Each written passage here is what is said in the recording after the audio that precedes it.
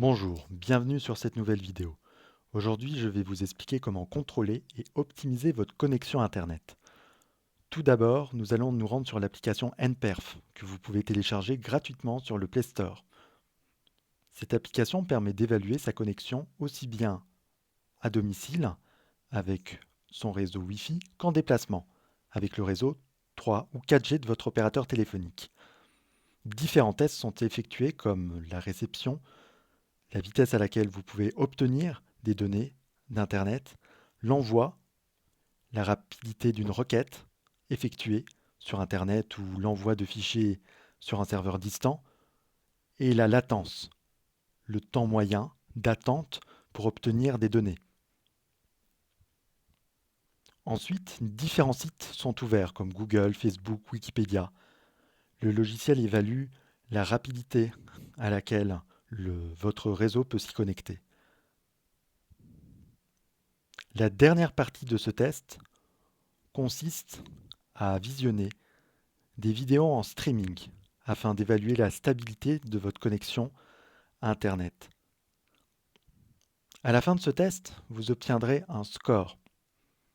Ce score dépend bien entendu de l'opérateur téléphonique chez lequel vous êtes, de la région et aussi de la configuration dans laquelle vous vous trouvez. Par exemple, dans un building, vous aurez des scores bien plus euh, moins bons par rapport à des scores en extérieur.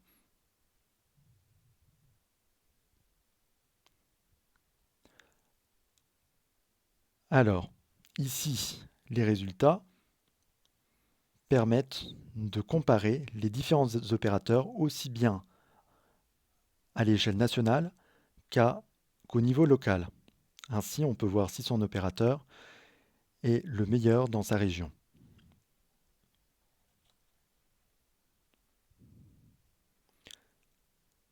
À présent, la deuxième application que je vous recommande, c'est OpenSignal.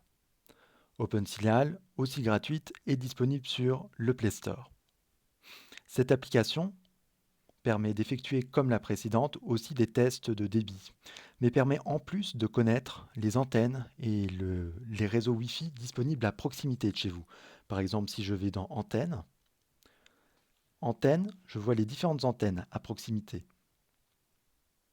Et pour le Wi-Fi, c'est exactement la même chose. Je peux même obtenir leurs caractéristiques. En appuyant sur le bouton en bas à droite de l'écran, je peux voir le réseau local estimé par l'opérateur téléphonique. Par exemple, dans mon cas Orange, je vois le réseau proposé dans ma région. Je peux effectuer ceci pour les autres opérateurs et ainsi choisir en fonction de mon lieu d'habitation ou de mon lieu de travail quel est l'opérateur qui me conviendrait le mieux.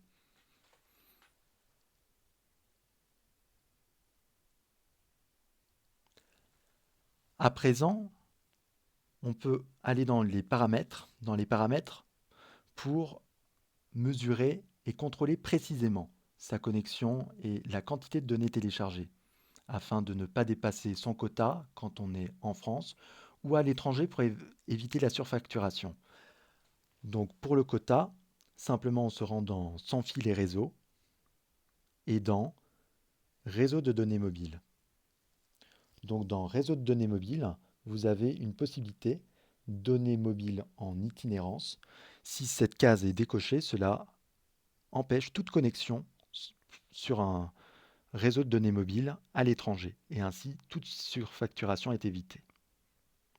Ensuite, pour contrôler la quantité de données téléchargées, vous pouvez aller dans Gestion de flux de données, juste en dessous.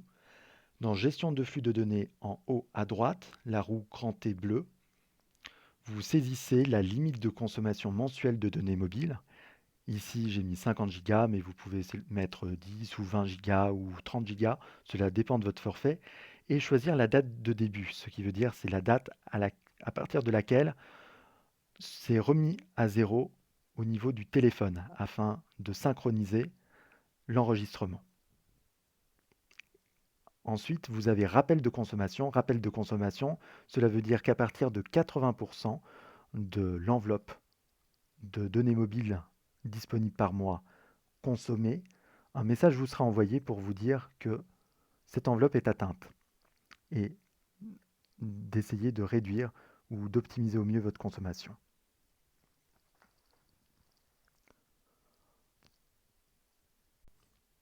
On peut aussi choisir dans les applications connectées celles qui sont connectées via Wi-Fi ou via le réseau de données mobile, et ainsi économiser des gigas si votre forfait en est limité.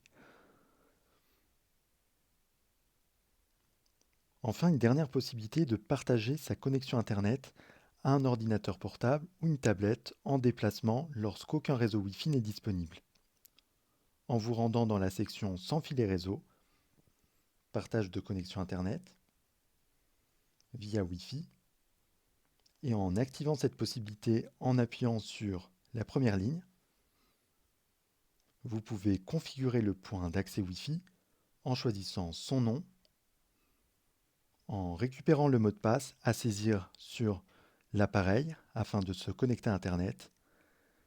Et vous pouvez également choisir après combien de temps vous voulez désactiver la connexion après inactivité. Je vous remercie de m'avoir suivi pour ce tutoriel et je vous donne rendez-vous très prochainement. Merci, au revoir.